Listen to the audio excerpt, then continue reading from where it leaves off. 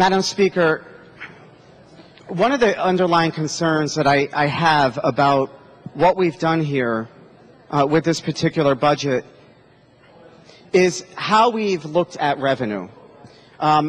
Today, what we seem to be doing, and what I've seen over the last couple of months, is we didn't necessarily look at the policies behind our decisions, but we looked at how much money a category would generate. And my concern here is, by not looking behind the numbers, by listening to the institutions that are represented within this building, we have forgotten about the most important individuals that are protected, our constituents and the little guy. Just recently, we had our consensus revenues put out on Friday, and we're seeing an uptick in revenue. And I think, for me, I scratch my head. I am elated that we're seeing some relief without having to increase taxes. But I'm wondering, where is this coming from? Because the individuals that I speak with in my communities aren't telling me that they're feeling comfortable about their future. They're still struggling, there's still anxiety, and I know in my own personal life, I share those same anxieties. And what's interesting when we look at those consensus revenue numbers, we see a big uptick in personal income. And I think one of the dangers in the state of Connecticut, and I think it's been our curse since the income tax, is that so much of our revenue is derived out of Fairfield County and the stock market. So when we see the stock market perform, we begin to see income rising, and we think things are great. And I have a hunch that that's what's happening right now. We're seeing the stock market perform well, and I know we probably talk about it over the dinner table. How is this happening? Because every state is in deficit, government seems to be going bankrupt, houses are on the markets still and aren't being sold, businesses are struggling. How could this be? We don't know.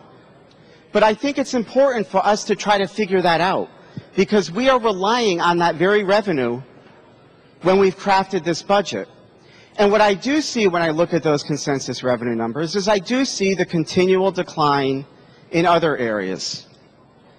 That decline in our conveyance tax, the decline in our alcohol sales, the underperformance of our sales tax. And you know what? Those are the areas that affect the everyday citizen in the state of Connecticut. So no wonder they're still saying to me, I'm not feeling really good about what's going on here. And it makes sense, because when you look at those revenue categories that represent the little guy, it's still underperforming. So what are we doing here today? We're crafting a tax policy. To me, that seems to be a bunch of jumbled numbers as opposed to real tax policy. And the reason I say that is, you know, we talk about the remote sellers tax. Well, we need to go after Amazon, because we need to bring that revenue into the state of Connecticut and help our brick and mortar institutions.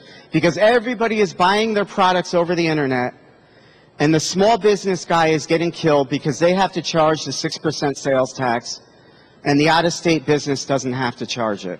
And I agree with that 100%. But the remote sellers tax doesn't fix that. What we're doing is we're going after companies like Amazon, who have already threatened that they're going to pull their revenue out of the state, their advertising revenue, which is going to hurt our advertisers to the millions and millions of dollars.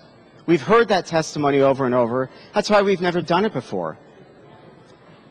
And what are we going to do to that brick and mortar retailer? We're going to increase their sales tax. We're going to take away the exemption on clothing.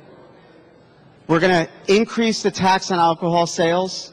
Guess what that's going to do to our border communities? I don't know how anybody who represents a town on the border of Connecticut would be supporting this tax package. I personally have an alcohol permit.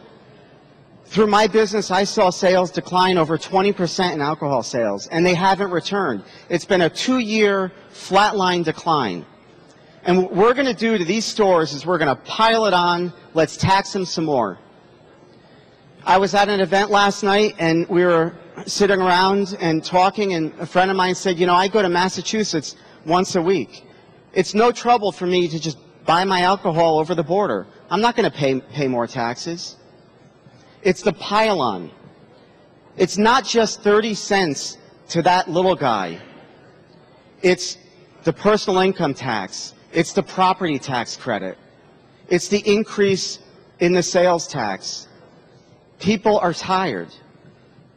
And I'm concerned when we have an administration that has said in public testimony, I don't believe in the Laffer curve. It doesn't exist. Well, what the Laffer curve is, it's basically saying we could tax as much as we want and we are not going to change behavior. That concerns me if that is the policy of our Secretary of the Office of Policy and Management. Because you know what? Taxing does change behavior. We heard it last year when Starwood brought their high-end, high-paying jobs into Stanford. And why did they bring them here? They said for the quality of life. Because we pay less taxes, or Connecticut charges less taxes than the state of New York. Well, this tax package today is going to undo that. And as we heard our ranking member of the Finance Committee speak before, jobs are already leaving. We are losing jobs to Westchester County, to Massachusetts, to Rhode Island.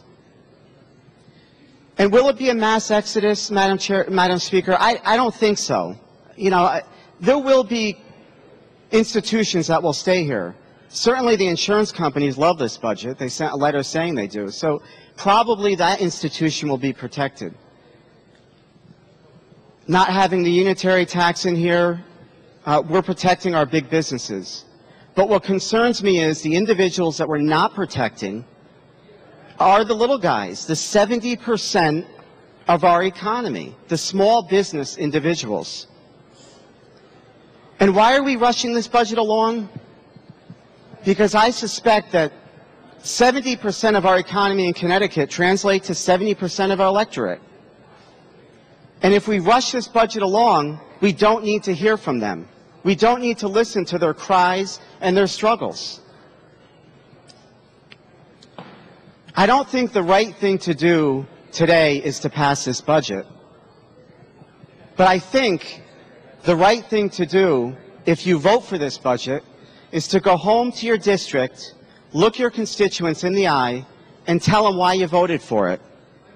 Tell them why you increased their sales tax. Tell them why you increased their personal income tax. Tell them why you took away part of their personal property tax credit. And explain that to them. Explain to the businesses why you've increased their alcohol tax and the sales tax on commodities such as clothing. And on top of all that, explain to the businesses how they're going to pay for the $2.5 billion unemployment liability that may be looming down the road. I can't possibly understand how anybody in this chamber could think that this is a good budget for the little guy. And after you look them all in the eye and tell them, I'm sorry, I had to raise your taxes, don't forget to tell them that, by the way, we're creating a $1 billion surplus with this tax package because we need to increase our savings account, never mind yours. So you could dig deep into your pockets, pull your money out of savings to fork up that extra $200,000, $300,000 that we're going to milk out of you so we could stick it into our bank account. I don't think that's good fiscal policy. Thank you, Madam Speaker.